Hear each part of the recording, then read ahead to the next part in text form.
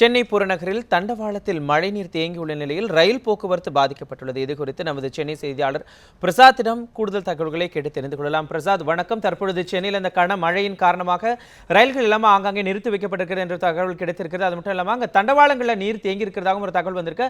அங்கே என்ன நிலைமை நிலவுகிறது பிரசாத்? இந்தியாவிலேயே கனமழை அதிகமாக பெய்யக்கூடிய மாநிலங்கள் பார்த்தீங்கன்னா ஒரிசாவும் உத்தரப்பிரதேசம் ஆகிய மாநிலங்கள் தான்.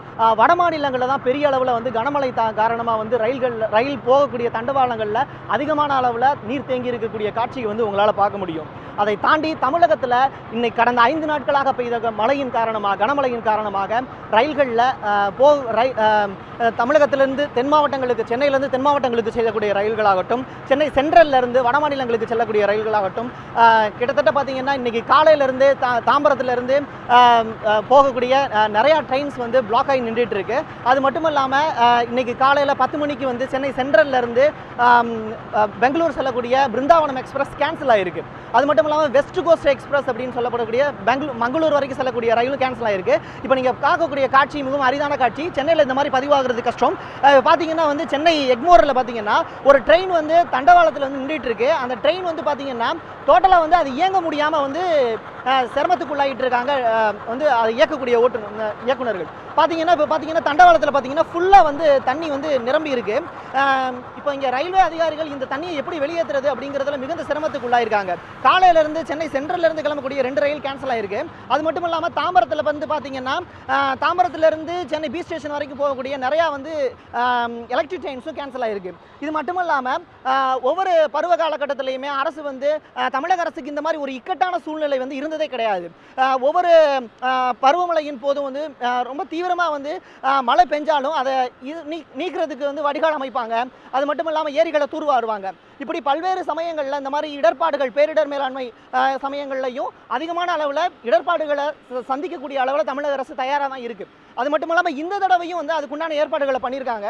ஆனால் இயற்கைக்கு முன்னாடி நம்ம அரசாங்கமும் சரி மக்களும் சரி ஒன்றுமே செய்ய முடியல அப்படிங்கிற காட்சி தான் கடந்த 5 நாட்களாக பதிவாகக்கூடிய காட்சி பார்த்துட்டு இருக்கீங்க.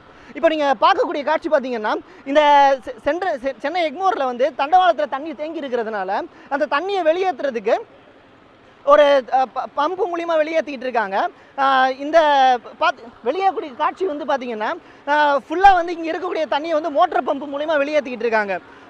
கிட்டத்தட்ட 1 மணி நேரத்துக்கு மேலே இந்த பணியை தொடர்ந்து செஞ்சுக்கிட்டு இருக்காங்க அதிகாரிகள்.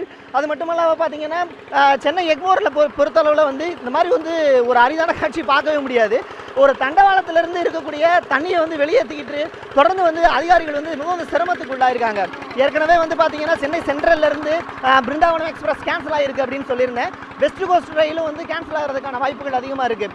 இந்த சமயத்தில் பார்த்தீங்கன்னா தண்டவாளங்களில் தண்ணி ஃபுல்லாக தேங்கி இருக்கிறதுனால தாம்பரத்திலிருந்து சென்னை பீச் ஸ்டேஷன் வரைக்கும் வரக்கூடிய மெட்ரோ ரயில் மிகுந்த அளவில் பாதிப்புக்குள்ளாக இருக்குது. இங்கே இருக்கக்கூடிய ஊழியர் ஒருத்தர்கிட்ட கேட்கலாம். சார், பார்த்தீங்கன்னா ஃபுல்லாக இங்கே தண்ணியாக தேங்கி இருக்குது. காலையிலேருந்து நீங்கள் பார்த்துட்டு தான் இருக்கீங்க. என்ன சூழ்நிலை?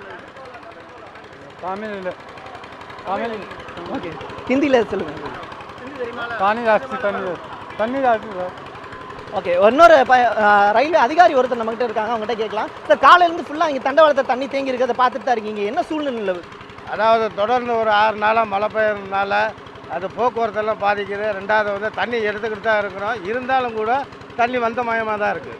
அது மழை பெய்கிறத நிப்பாட்ட முடியாது. இது இயற்கை. அதனால் அவங்க எவ்வளோ முயற்சி செய்யணுமோ செஞ்சுக்கிட்டு இருக்கிறாங்க. அதனால் எந்த ப்ராப்ளமும் இல்லை. ஒரு சின்ன பையன் நம்ம கூட இருக்கான், அவன்கிட்ட கேட்கலாம். இப்போ பார்த்தீங்கன்னா இங்கே உனக்கு ஸ்கூல் லீவ் விட்டாங்க. இப்போ நீங்கள் இங்கே என்ன சுற்றிக்கிட்டு இருக்கீங்க, என்ன பண்ணிகிட்டு இருக்கீங்க? எங்கள் அம்மா கூட சும்மா. ஓகே, இங்கே ஃபுல்லாக பார்த்தீங்கன்னா தண்டவாளத்தில் தண்ணி இருக்குது. இது காலையிலேருந்து எப்படி இருக்குது, நீ பார்த்தியா? இங்கே என்ன மாதிரி எவ்வளோ தண்ணி போனாலும் அப்படியே நிற்குது. பார்த்தீங்கன்னா ஃபுல்லாக பார்த்தீங்கன்னா ரயில்வே அதிகாரிகளாகட்டும், அதுக்குள்ளார மாட்டீங்க ரயில்வேல போகக்கூடிய பயணிகளுக்கு உணவு தயாரிக்கக்கூடிய பணி நடந்துகிட்டு இருக்கு. ஆனால் ரயில் ஃபுல்லாக தாமதமாக போயிட்டு இருக்கிறதுனால எல்லா ரயில்களுமே, அதாவது சென்னை தாம்பரத்திலிருந்து பார்த்தீங்கன்னா பீச் ஸ்டேஷன் வரைக்கும் போகக்கூடிய ரயில்கள் பெண்டிங்லேயே தான் நின்றுகிட்டு இருக்கு.